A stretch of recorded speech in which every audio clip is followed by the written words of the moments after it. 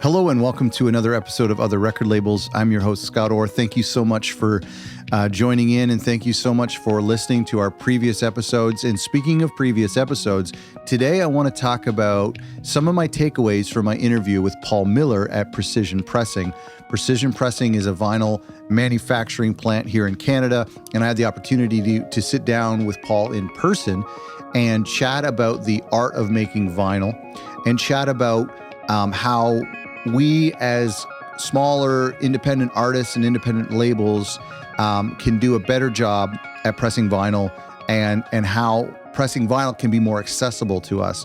And if you haven't already, go back and listen to that interview. But I wanted to share with you 3 things that I took away from that conversation that I think it's important for independent labels who are thinking about pressing vinyl or are in the process of pressing vinyl. 3 things that you need to keep in mind all the time and make sure that you do some best practices, if you will. If you haven't already, check out the previous episode with Paul and go to our website, otherrecordlabels.com, where you can get back episodes as well as some free resources that we have, including our free guide. So you can get that at otherrecordlabels.com.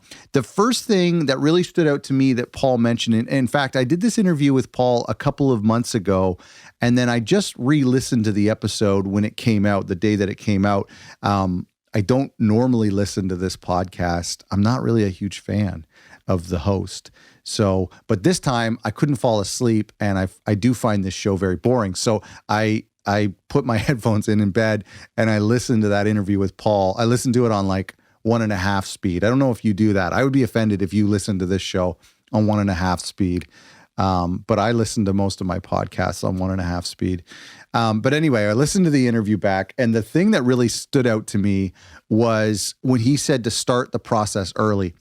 In fact, he has bands reach out to him while they're in the recording process, which sounds absurd, but the more I think about it, and I laughed when he mentioned that, but the more I think about it, if you're a band and you have this budget, or you're an artist and you have this budget, or a label, you've budgeted maybe, I don't know, $1,000, $5,000, $10,000 for recording and mixing and mastering.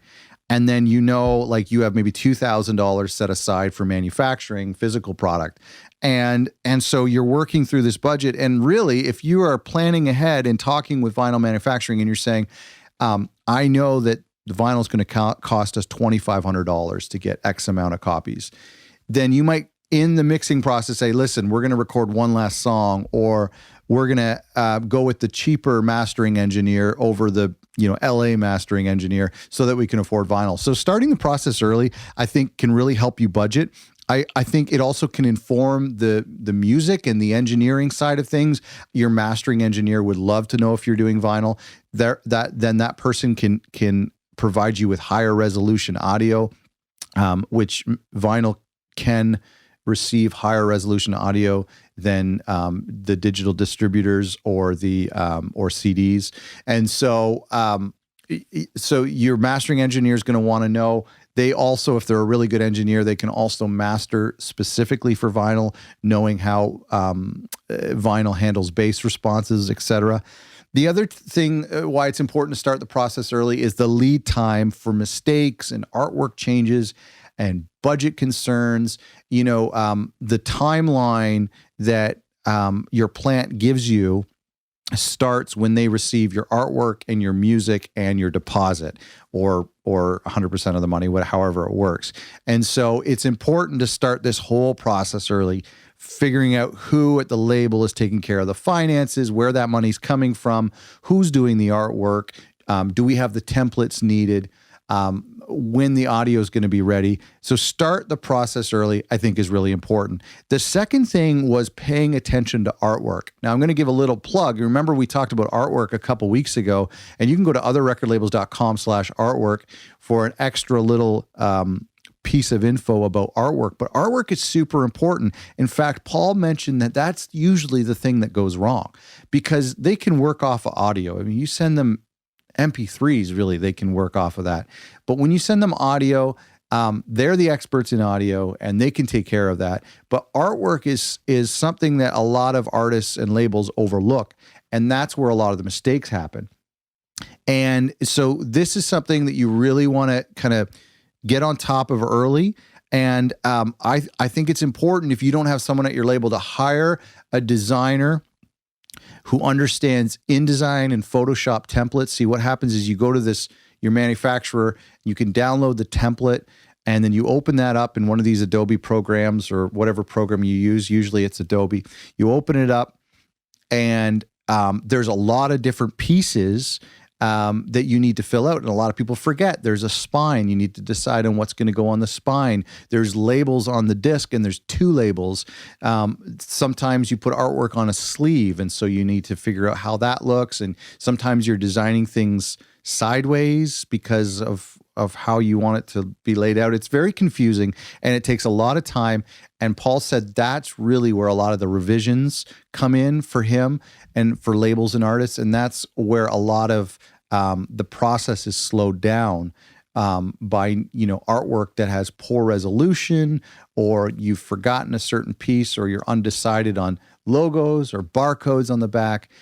So keep in mind, artwork can be a real pain in the ass. It's really, and I mentioned this in the episode, I think it's really the part of the process that I stress out the most about. You see, the music was recorded, mixed and mastered and done, and I'm confident in how that sounds. And I trust the engineers at the plant to transfer the audio, but it's the artwork that I find to be a little more stressful. The final thing I want to mention, and my final takeaway from my interview, was to ask questions. And you remember Paul talked about this,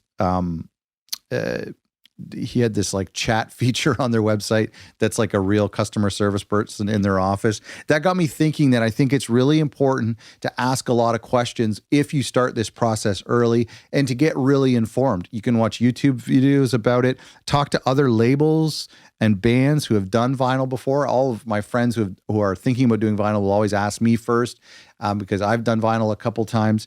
And so talk to people that you know who have done vinyl. Ask them if it was worth it. Ask them how they raised the funds. Ask them what quantity was best for them. Ask them, for tips on how to ship it to fans, and tips on retail and that kind of thing. Some of the problems that they encountered. And I think you're going to find a ton of advice from other people. Ask your rep. Hopefully you have a good rep at the plant that you're working with. Ask them lots of questions ahead of time. They should be more than happy to share information with you, and tips in order to make this whole process smooth. You want to find out where the problems normally go wrong when manufacturing vinyl, and make sure that you're one step ahead of those problems, and you have this whole process organized. I've seen on Twitter from people who've been in the industry for decades complaining about how arduous and intimidating and complicated the vinyl manufacturing process is. And it doesn't have to be that way. I think you can bring in friends who have done it before, and bring in your rep from the plant to try to make the process go smooth. If you haven't already, you got to listen to this episode. There's a lot of interesting stuff about vinyl. I learned a ton about manufacturing vinyl, and I feel a little more confident, to be honest. And if I do vinyl again, which I hope I do, I feel a little bit more excited about that process, and I feel like I'm a little bit more informed. If you have a chance to go to a pressing plant, if you live near one, try to go get a tour of one. It's such a cool experience for anyone, especially people working at labels, to do. I think you should really do that. Thanks so much for being a listener. And please, if you have any questions about vinyl or anything, you can drop me a line at podcast@otherrecordlabels.com. I'm also on Twitter at Other Songs. That's the name of my label. And Instagram at Other Songs, and also at Other Record Labels. And check out our website, otherrecordlabels.com, to get some of our free resources. Thanks for listening.